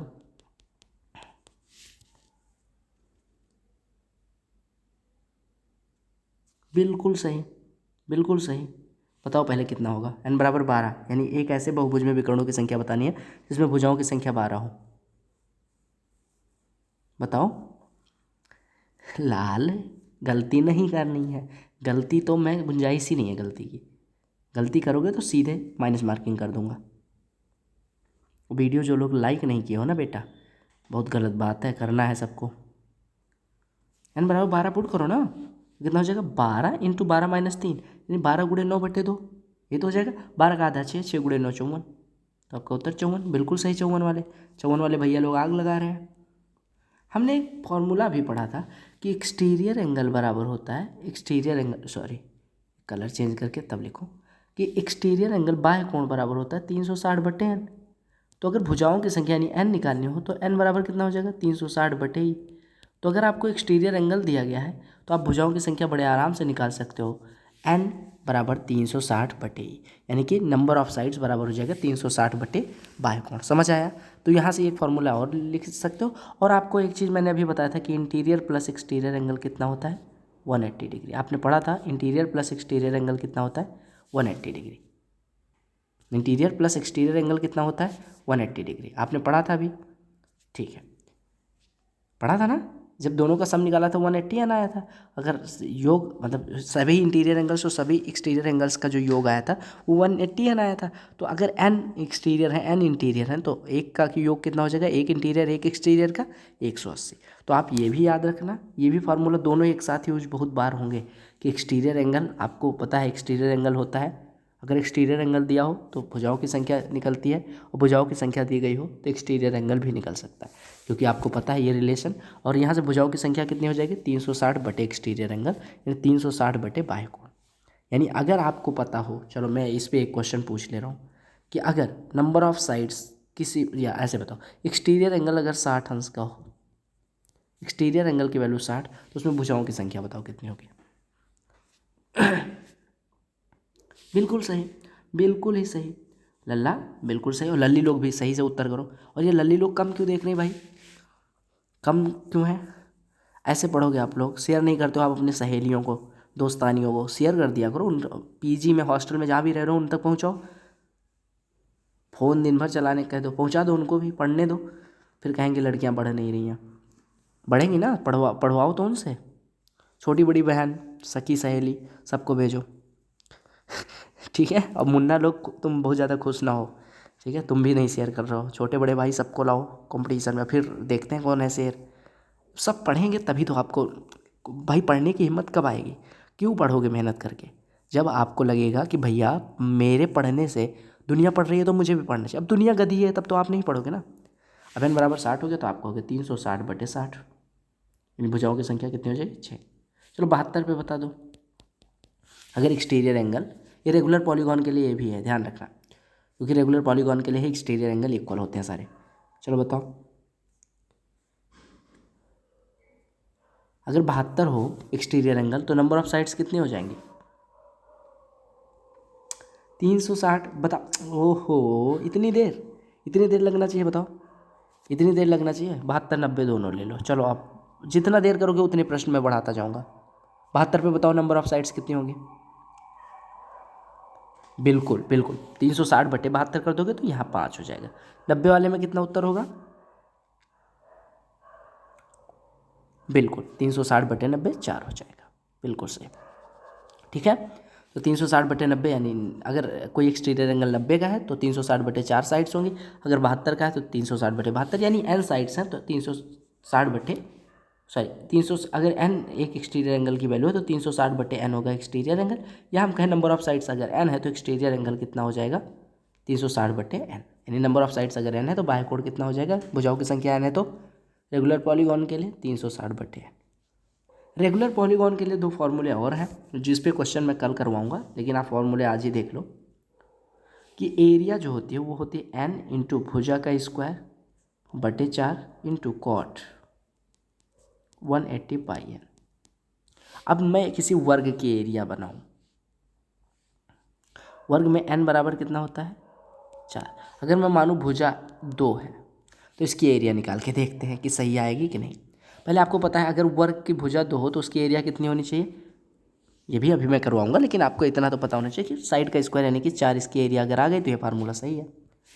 आप कहेंगे कि पहले फार्मूले पे n बराबर 4 रखेंगे क्योंकि वर्ग में भुजाओं की संख्या होती है 4, गुणे s की वैल्यू कितनी है 2, यानी साइड की वैल्यू कितनी है 2, तो 2 का स्क्वायर 4/4 गुणे कॉट 180/n, n की वैल्यू कितनी है 4, कॉट 180/4 यानी कॉट 45, कॉट 45 की वैल्यू कितनी होती है 1, यानी ये हो गया 4 गुणे 4/4 यानी 1 गुणे 1, यानी उत्तर कितना आ गया 4। तो आप कहेंगे फार्मूला बिल्कुल सही है। मान लो आप एग्जाम में फार्मूले भूल जाते हो तो ये फार्मूला एक बार चेक कर लेना, ठीक है, अगर भूल जाते हो तो, कि n इंटू साइड का स्क्वायर बटे 4 इंटू कॉट 180/n होता है। ये क्यों आता है कैसे आता है ये भी करवा दूंगा अगर आपको लगेगा ज़रूरत है, हालांकि मुझे नहीं लगता ज़रूरत है इसकी किसी भी एग्जाम में, बस ये फार्मूला आप याद रखना। n बराबर 3 पे भी कर लेते हैं, अगर नंबर ऑफ साइड्स 3 हो यानी इक्विलेटरल ट्रायंगल बनेगा, और इसकी साइड में मान ले रहा हूँ 2 है। अब आपको पता है इक्विलेटरल ट्रायंगल के लिए एरिया होती है 3√3/4 इंटू साइड का स्क्वायर यानी 2 का स्क्वायर 4, यानी ये 3√3 आना चाहिए। ये फार्मूला भी ना देखो, बस मैं चेक करवा रहा हूँ। अब यहाँ पे ये वाले फार्मूले की कोई ज़रूरत नहीं, अभी वो मैं ट्रायंगल में करवाऊँगा। अब यहाँ पे n बराबर 3 रख दो, n बराबर 3 रखोगे 3 गुणे s का स्क्वायर यानी 2 का स्क्वायर 4/4 1 हो जाएगा, गुणे कॉट 180/n यानी कॉट 180/3 यानी कॉट 60, कॉट 60 की वैल्यू कितनी होती है 1/√3, कॉट 60 की वैल्यू कितनी होती है, हमने सही किया 3, वो सॉरी √3/4 होता है, √3/4 होता है, ठीक है, √3/4 a स्क्वायर होता है, मैं फार्मूला कंफ्यूज हो गया, √3/4 इंटू साइड का स्क्वायर होता है इक्विलेटरल ट्रायंगल की एरिया, तो यहाँ पे हो जाएगा 3 × 1 × 1/√3 यानी √3, एकदम सही होता है। मुझे लगा ऐसा तो ही नहीं, ये फार्मूला फेल होने लगा। यानी आपको याद रखना है कि अगर किसी बहुभुज में n भुजाएं, ये उत्तर मतलब लिख लो कहीं पे कि अगर मतलब ये फार्मूला कहीं पे लिख लो कि अगर किसी बहुभुज में n भुजाएं हैं तो उसका एरिया होगा n into s²/4 into cot 180/n, जहाँ पे n नंबर ऑफ साइड्स है और s साइड की लंबाई है। लिख लिया। अब n बराबर 5 के लिए आप बता दो उसकी एरिया कितनी होगी।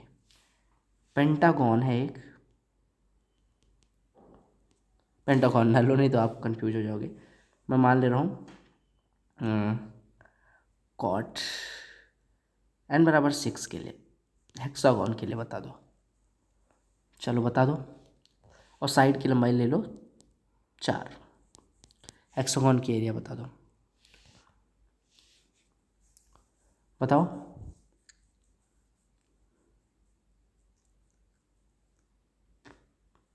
बिल्कुल कितना हो जाएगा, आपको क्या n बराबर 6 रख दो, पूरे साइड का स्क्वायर 4 × 4 16/4 इंटू कॉट 180/n यानी कॉट 30, यानी ये कितना हो जाएगा 6 × 4 और कॉट 30 होता है √3, यानी ये हो जाएगा 24√3, 24√3 हेक्सागन की एरिया हो जाएगी, क्योंकि साइड्स की संख्या अगर 6 हो तो उसको हम क्या बोलते हैं हेक्सागन, ठीक है। और पेरीमीटर रेगुलर पॉलीगॉन के लिए n इंटू एस होता है, n into number of sides n into length of one side. जैसे ट्राइंगल के लिए अगर इसकी एक साइड ए है, इक्विलेटरल ट्राइंगल है, तो इसका पेरीमीटर कितना होता है, परिमाप कितना होता है 3 गुणे।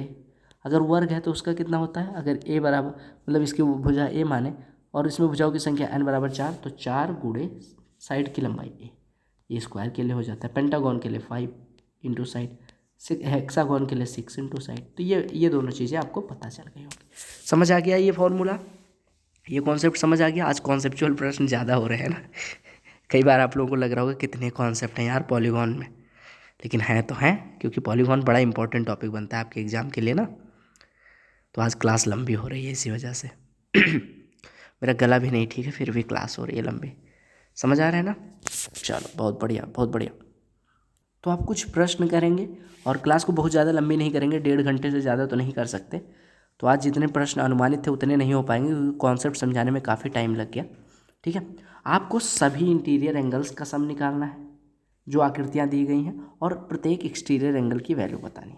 यानी इंटीरियर एंगल का वैल्यू, इंटीरियर एंगल का सम और एक्सटीरियर एंगल की वैल्यू बतानी है। मैं फार्मूला फिर से लिख दूंगा, आपको टकाटक उत्तर करना है।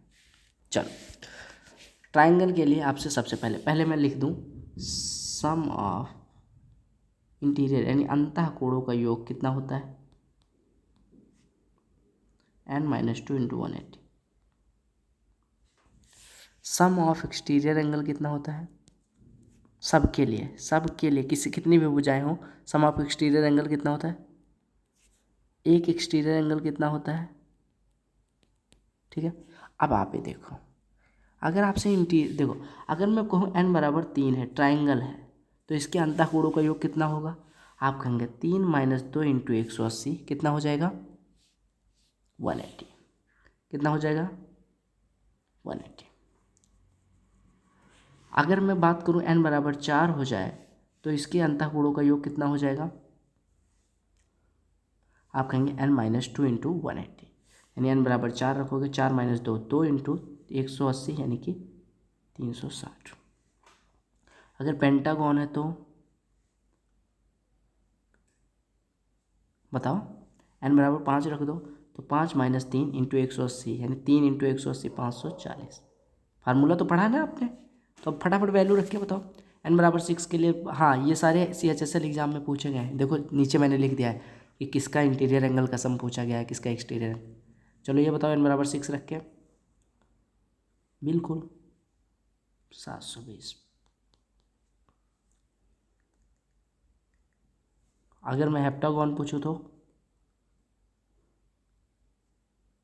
बिल्कुल 900।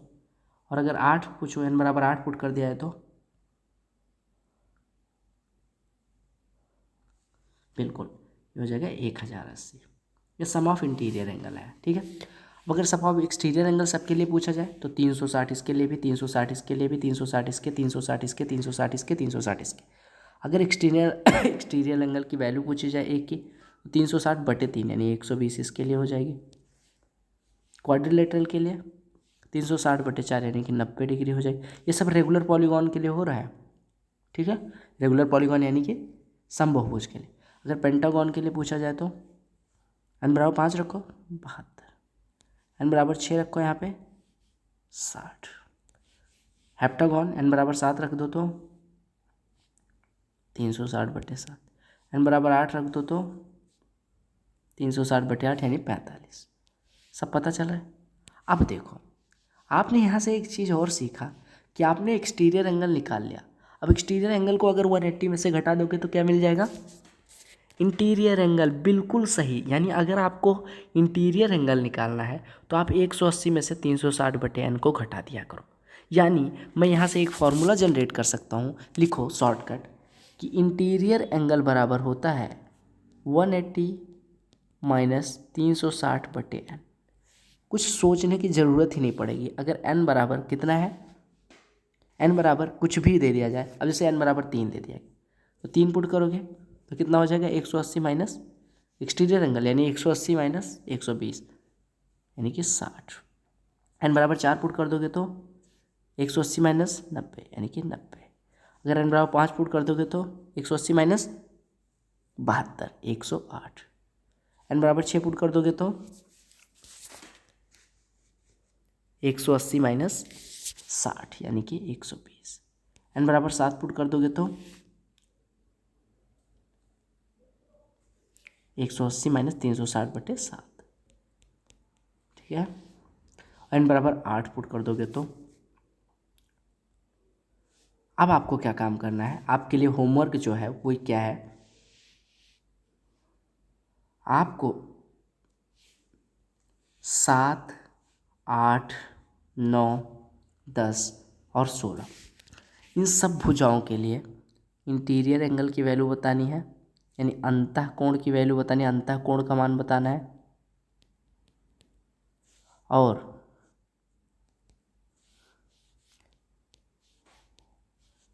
एक्सटीरियर एंगल की वैल्यू बतानी है। इंटीरियर एंगल की वैल्यू बतानी है, एक्सटीरियर एंगल की वैल्यू बतानी है, और सम ऑफ इंटीरियर एंगल बताना है।